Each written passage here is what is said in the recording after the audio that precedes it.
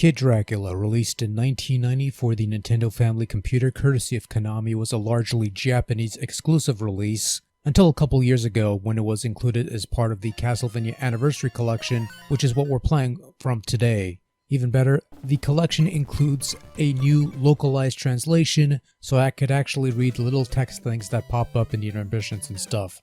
Cool. Some folks might recall there was a Kid Dracula release on Game Boy that saw these local shores.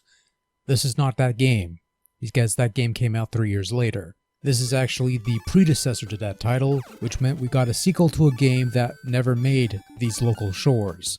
Rest assured, you didn't miss much. So Kid Dracula places you in the role of the eponymous kid vampire who has to fight through 9 levels of pain to defeat the big bad Garamoth and reclaim his title as King of Darkness or something.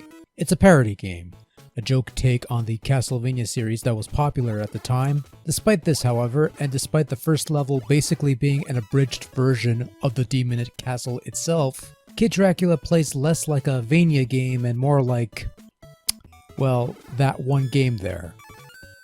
Yes, Kid Dracula has more in common with Mega Man than it does Castlevania, at least in terms of gameplay.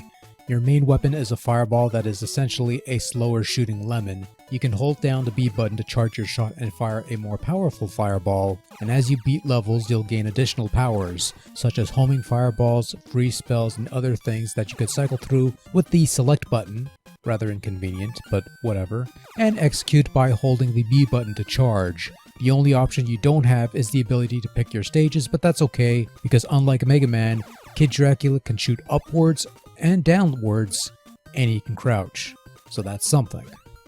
In between stages, there are bonus games you can play if you have enough coins, which can be earned by killing enemies with charged or special attacks. The mini games are quick little games of chance, allowing you to earn more lives, and with enough coinage and a bit of luck, it's very possible to rack a shit ton of lives, which is good because you're probably going to need them. Kid Dracula is a fairly straightforward platformer. Gaining powers and playing minigames to rack up on extra lives along the way plays well for the most part, and controlling Kid Dracula isn't a problem. He moves a bit slow for a Mega Man type character, but otherwise it's not too bad, and the need to charge your shot in order to execute your selected ability never really hindered the game for me. However, there are a couple issues that do bog the game a bit, and part of it has to do with the level design, with certain bits of platforming requiring such precise timing and positioning because your jumps are so weak. It's not as bad as something like Castlevania The Adventure, but oftentimes there have been jumps that should have landed but for some reason didn't. This is especially so in the early levels before you eventually get the Bat ability, which has its own issues. At some point, Kid Dracula can turn into a bat, as one of the special powers he can acquire. This is not as useful as it may seem because the bat has very slippery movement, thus making it difficult to control. Not only that, but contact with just about anything, and I do mean anything, even spikes with ridiculous hitboxes, will cancel your bat form and change you back to Kid Dracula. This is especially frustrating during segments where you're flying through narrow passages and you're trying to nudge your way through, but oops, just absolute shit. Thankfully, the Game Boy version fixes this issue and makes the bat easier to control and a little more stable. But that's another story for another time.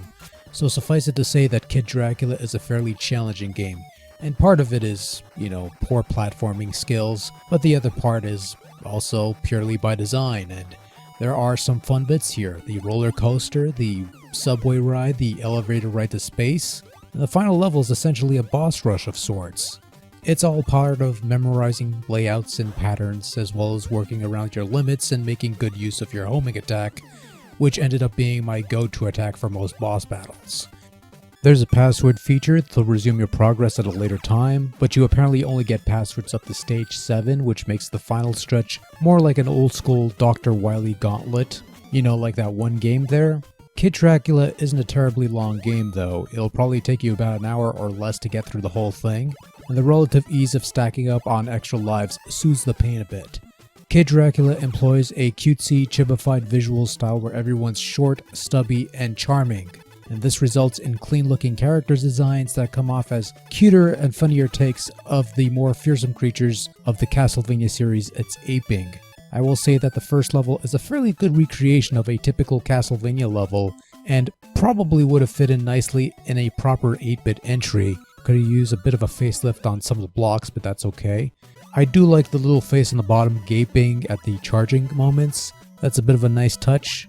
The rest of the levels look pretty good too, and certainly a lot more varied than even in the later Castlevanias. I mean, good lord, there's an actual city level and a subway in this game, and then you go to space and you're fighting a giant robot, and people are trying to fit this into the Castlevania timeline for some reason.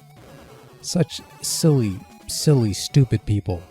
What a bunch of... Audio-wise, it ain't too bad. Your usual collection of stock Konami sound effects can be found here and there. Usually high-quality sounds on the NES with punchy explosions and stuff.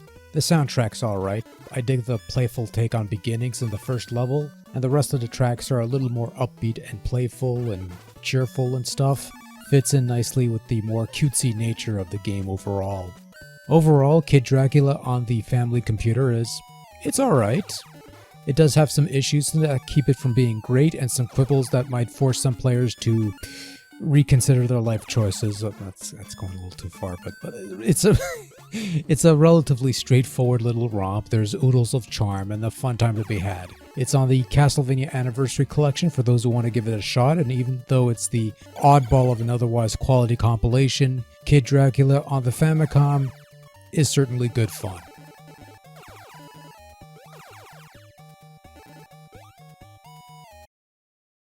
But the Game Boy version is better. Good night.